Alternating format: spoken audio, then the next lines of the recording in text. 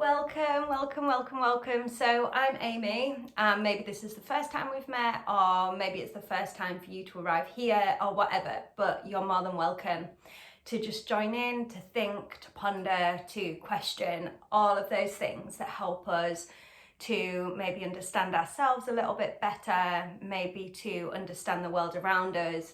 Maybe it helps us understand our children, our pets, our teachers, our bosses, whatever, just helping us understand the sort of busyness of the world that we live in, really.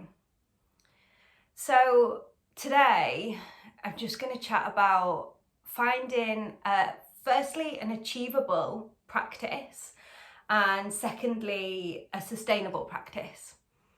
Because if we want to come to a place, which we already are, but I don't think we're always aware of, this place of wholeness, of all of us being present, then we need to practice that.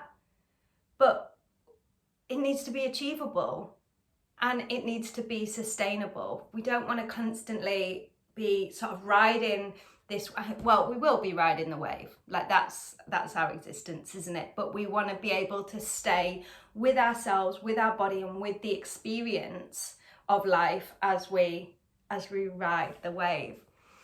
And I suppose coming to a sense of wholeness, coming back to your body, coming back to yourself, is a practice. It is a practice to do those things, because so often we're being asked to put on different hats, to be different versions of ourselves, to show up with this part of myself because this part of myself is the mum, or this part of me is the dad, or this part of me is my work professional self, this part of me is the fun self. All of these elements, we really want to pull ourselves back in. Who am I? Including all these bits, absolutely, but who am I in the center? Who am I in the center of that?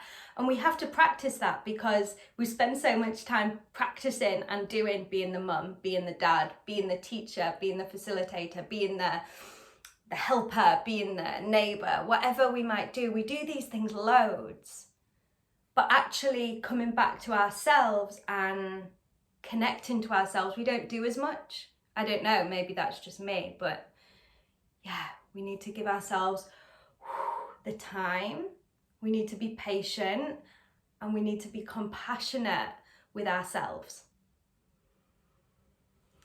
And I think often we believe that doing that, coming back here to the body, or to the mind, or wherever we're going, just to kind of slow down a little bit and consider, we think that these things have to be massive. Like, I need to go to a yoga class that is an hour and a half long, or I need to go to this meditation retreat, or I need to join this event, or whatever, I don't know. But there seems to be these big things, and once I do this big thing, then I'll have the answer. And I think part of the answer is wanting to be big, because our disconnection to ourselves feels massive. And just for a moment, knowing that that's not necessarily your fault, that's the construct at the moment of the world that we live in, that we don't feel connected. We don't feel connected to ourselves, what we need, being able to articulate what we need, or supported to say what we need, because we're made to believe that there's a one-size-fits-all model. And then the self-care industry kind of fits in with that quite well, like this hour of yoga, this gym, I go to the gym 3 times a week, that will make me well. I think part of the problem is the putting these things into a box, rather than wellness not being something over here at the gym or at the yoga studio. It's actually coming back here and finding a way to access wellness, self-care practice, yoga, whatever you want to do, whatever you want to call it, more regularly and more consistently. It's consistency that is going to make the change, and it's not dramatic big things, because these big things I think, are we just setting ourselves up to fail? Because for me, if I set myself, or I hear other teachings that say you need to do this for 40 days and 40 nights, I'm not Jesus walking into the desert. I can't do that for 40 days. Like, whatever you tell me to do for 40 days, I'm not going to do. Like, I'm just not doing it. I don't know, maybe I'm wrong, maybe everyone else has got it right, I don't know. And I suppose all I can share is my own experience and how that impacts on me, my students, and on my clients as well, to say it's okay if you can't practice yoga for 40 days consecutively for an hour a day. That's okay. We are human. You are a human being having a human experience. So that then leads me to, okay, well, that's fine. If I don't have to do that, that's great. Permission not to do it. Yeah, absolutely. Absolutely. So how do we find that consistency, that sustainability, and that achievability that I'm actually setting myself up to win, if we want to look at it that way. I'm actually setting myself up to be well. And creating a practice or a structure of practice that can aid my actual wellness, not aid my belief that I'm not good enough, or that I can't keep up, or that I can't attain to these norms. So that consistency, that sustainability comes from little and often. And it's boring. So if someone had said to me like 10 years ago, or when I was introduced to yoga, which was maybe like about 2008, and I was like doing these yoga flows, like kind of like a sun salutation or something, I was like, this is so boring. This is repetitive. There's no stretching. There's no fancy bits. Well, what's the point in this? I can already do this. You know, coming from a dance performance mindset. It's easy, isn't it? This is easy, and this is boring. Because I was wanting these big things, these big, like, oh, everyone says yoga's really good, and so I want to feel this massive, big, really goodness. And I don't even know what that goodness was, because I was trying to find this goodness outside. I didn't recognize that it was something connected, uniting us with ourselves. So the consistency is boring, because it might simply be giving yourselves 5 minutes, or yourself 5 minutes every couple of days, just to check in, to place a hand onto the heart space, or onto the belly, onto the hips, onto the feet, just touching base. And it might be as simple as, how am I? Like, how am I feeling today? You might be in a position where you're not asked that question because you've got children who take your priorities. You've got maybe a partner that takes that focus. You've got a role where you are constantly watching, looking, seeing, hearing, feeling for others, and we lose, how am I? And when we are asked, right, yeah, I'm fine. Yeah, fine. yeah, great. And actually, are you?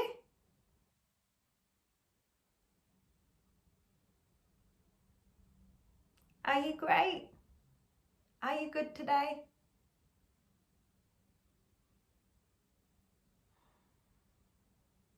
And once we start to ask ourselves this question,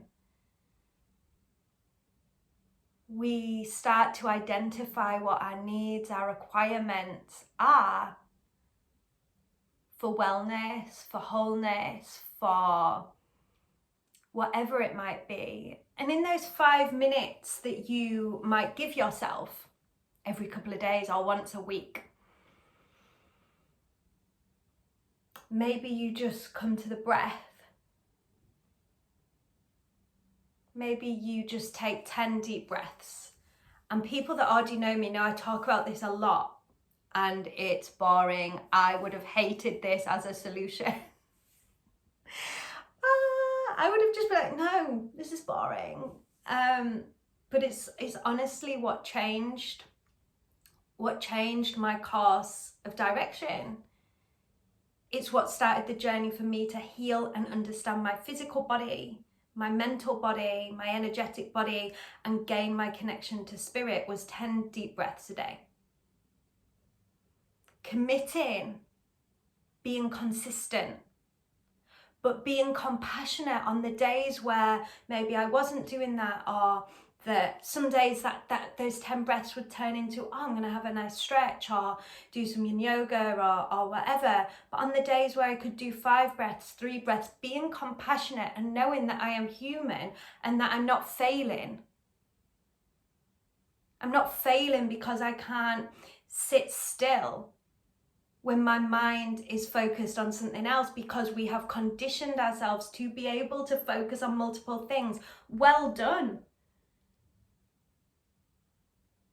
Why not saying well done to ourselves that we can focus on all these things? And I just need to practice bringing myself back here. The same as I need to practice any other skill. Bringing it back.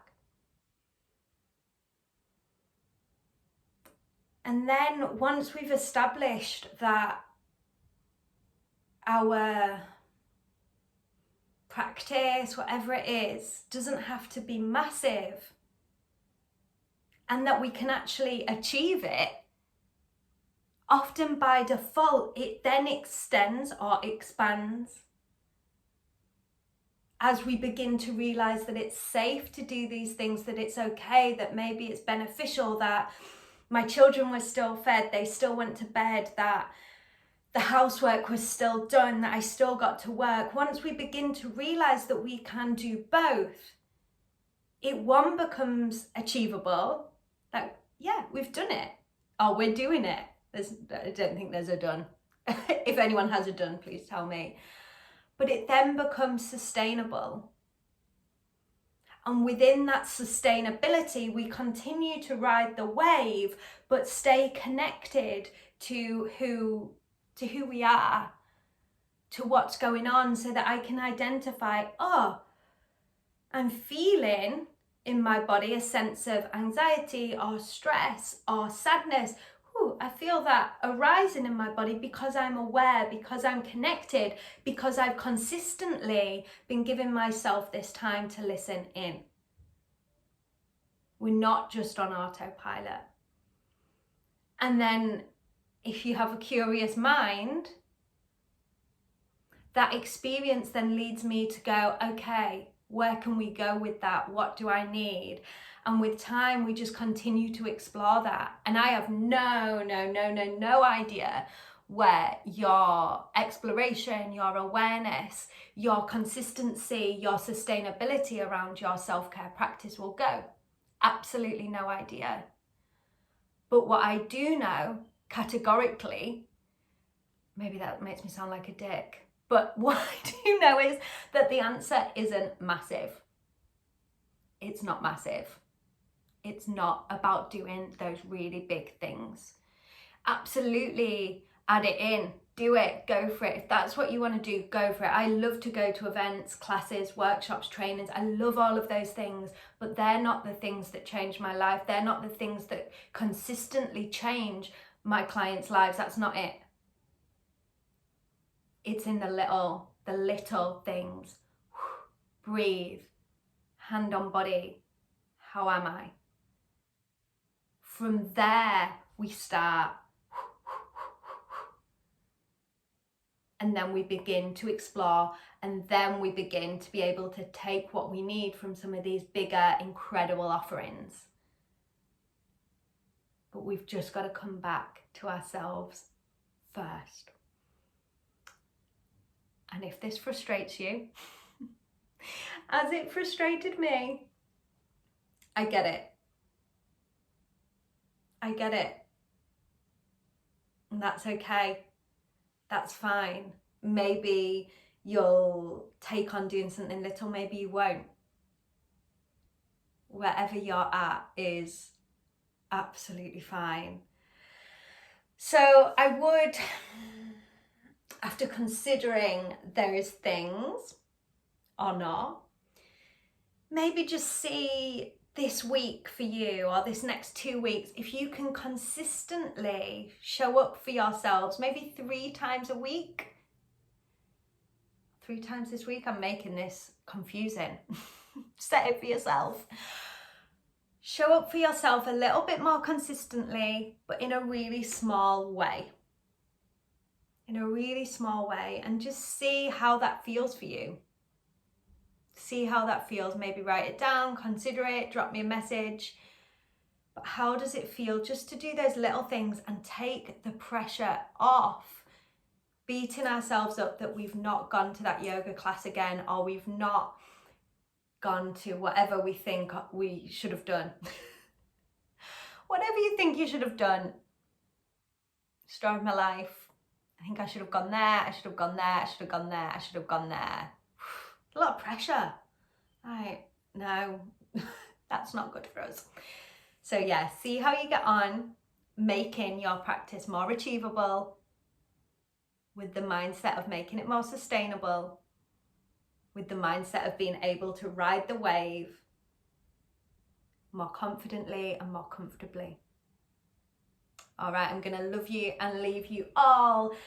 Don't forget to subscribe to the channel if that's useful for you, and don't forget to share as well. It's really, really helpful for me. So thank you, thank you, thank you, thank you, thank you, and lots of love.